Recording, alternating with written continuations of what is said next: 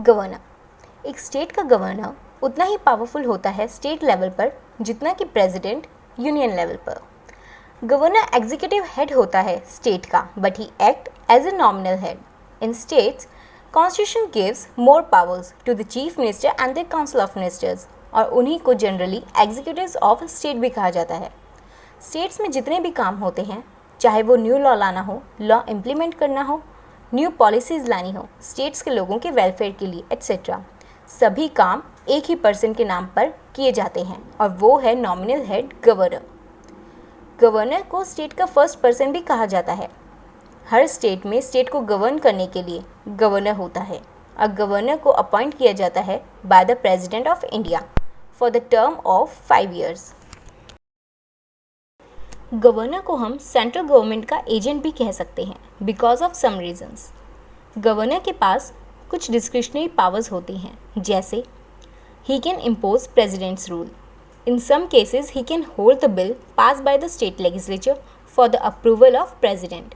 मतलब state legislature से bill pass होने के बाद गवर्नर उस बिल को अपने पास होल्ड कर सकता है for the approval of president, और वो इसलिए कि गवर्नर को लगे कि जो बिल स्टेट लेजिस्लेचर ने पास किया है वो स्टेट्स के सिटीजन्स के लिए सही नहीं है, या फिर वो बिल कॉन्स्टिट्यूशन के खिलाफ है, या और भी कारण हो सकते हैं उस बिल को गवर्नर द्वारा होल्ड कर प्रेसिडेंट का अप्रूवल कराने के लिए।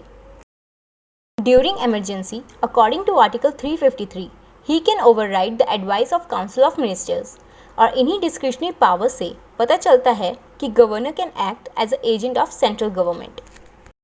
अब बात करते हैं गवर्नर के पास क्या क्या पावर्स हैं। कॉन्स्टिट्यूशन ने गवर्नर को कुछ कम पावर नहीं दी हैं। एक स्टेट को गवर्न करने के लिए और कोई भी न्यू लॉ लाने के लिए उस स्टेट के गवर्नर के सिग्नेचर की ज़रूरत होती है। बिना गवर्नर के साइन किए एक बिल कभी भी लॉ नहीं बन सकता। So governor has power to appoint chief minister, state election commissioner, जजेस of district court, dissolve legislative assembly if need be, and to appoint the chief justice of high court etc. State का governor bound होता है council of ministers की advice को मानने के लिए, और काउंसिल ऑफ मिनिस्टर्स हेड किए जाते हैं by the chief minister. The eligibility of a person for appointment as governor, he she should be citizen of India and has completed age of 35 years as per Article 157 of Indian Constitution. Lieutenant governor. अब हम बात करेंगे lieutenant governors की। जैसे कि हमने पढ़ा, governor nominal head होता है स्टेट में और ज़्यादा पावर्स चीफ मिनिस्टर और उसके काउंसिल ऑफ मिनिस्टर्स के पास होती हैं, बट लेफ्टिनेंट गवर्नर के केस में ऐसा नहीं है। तो चलिए समझते हैं लेफ्टिनेंट गवर्नर के बारे में। लेफ्टिनेंट गवर्नर एग्जीक्यूटिव हेड होता है यूनियन टेरिटरीज़ का। अब जैसे कि हमें पता है यूनियन टेरिटरीज़ डायरेक्टली कंट्रोल की जाती हैं by the central government. Union territories में स्टेट लेजिस्लेचर नहीं होता, तो यूनियन टेरिटरीज़ में रियल पावर लेफ्टिनेंट गवर्नर के पास होती है। लेफ्टिनेंट गवर्नर के ही ज़रिए सेंट्रल गवर्नमेंट पावर्स इंजॉय करती है to directly control the union territories. India में 5 ऐसी यूनियन टेरिटरीज़ हैं जिसमें लेफ्टिनेंट गवर्नर्स को अपॉइंट किया जाता है, और वो यूनियन टेरिटरीज़ हैं Delhi, Puducherry, Jammu and Kashmir, Ladakh, Andaman and Nicobar island. और बाकी की यूनियन टेरिटरीज़ में एडमिनिस्ट्रेटर को अपॉइंट किया जाता है, जो यूजुअली आईएएस या आईपीएस ऑफिसर या रिटायर्ड जज होते हैं। अभी हमने 5 यूनियन टेरिटरीज़ पढ़ी जिनमें लेफ्टिनेंट गवर्नर्स को अपॉइंट किया जाता है। उन 5 में 3 यूनियन टेरिटरीज़ ऐसी हैं जिनका खुद का स्टेट लेजिस्लेचर है, लेजिस्लेटिव असेंबली है, चीफ मिनिस्टर है और उसके काउंसिल ऑफ मिनिस्टर्स हैं। और वो 3 यूनियन टेरिटरीज़ है दिल्ली, पुडुचेरी, जम्मू एंड कश्मीर। और यहाँ ज़्यादा पावर्स चीफ मिनिस्टर्स के बजाय लेफ्टिनेंट गवर्नर्स के पास होती है। स्टेट्स में गवर्नर को रबर स्टैम्प कहा जाता है, बट कॉन्स्टिट्यूशन ने इस फॉर्मेट को यूनियन टेरिटरीज़ में ऐसे चेंज किया है कि जो यूनियन टेरिटरीज़ में स्टेट लेजिस्लेचर है वहाँ चीफ मिनिस्टर ही रबर स्टैम्प बन के रह गया है।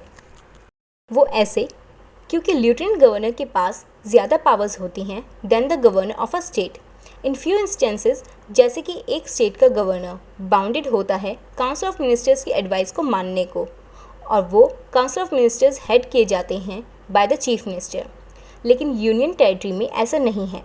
लेफ्टिनेंट गवर्नर को कोई प्रेशर नहीं है और कोई बाउंडेशन नहीं है कि वो काउंसिल ऑफ मिनिस्टर्स की एडवाइस को माने। चलिए बात करते हैं दिल्ली के लेफ्टिनेंट गवर्नर के बारे में। दिल्ली में लेफ्टिनेंट गवर्नर के पास काफ़ी पावर्स होती हैं than the governor of any state. Delhi एक यूनियन टेरिटरी भी है और उसका खुद का चीफ मिनिस्टर भी है, और दिल्ली को नेशनल कैपिटल टेरिटरी का स्पेशल स्टेटस भी मिला हुआ है। दिल्ली में चीफ मिनिस्टर के पास काफ़ी लिमिटेड पावर्स होती हैं गवर्न करने के लिए।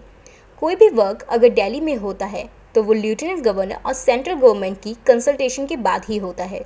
शायद इसी कारण day to day lieutenant governor और चीफ मिनिस्टर ऑफ दिल्ली के बीच कन्फ्लिक्ट देखने को मिलता है। दिल्ली में चीफ मिनिस्टर के पास काफ़ी लिमिटेड पावर्स होती हैं गवर्न करने के लिए। कोई भी वर्क अगर दिल्ली में होता है तो वो लेफ्टिनेंट गवर्नर और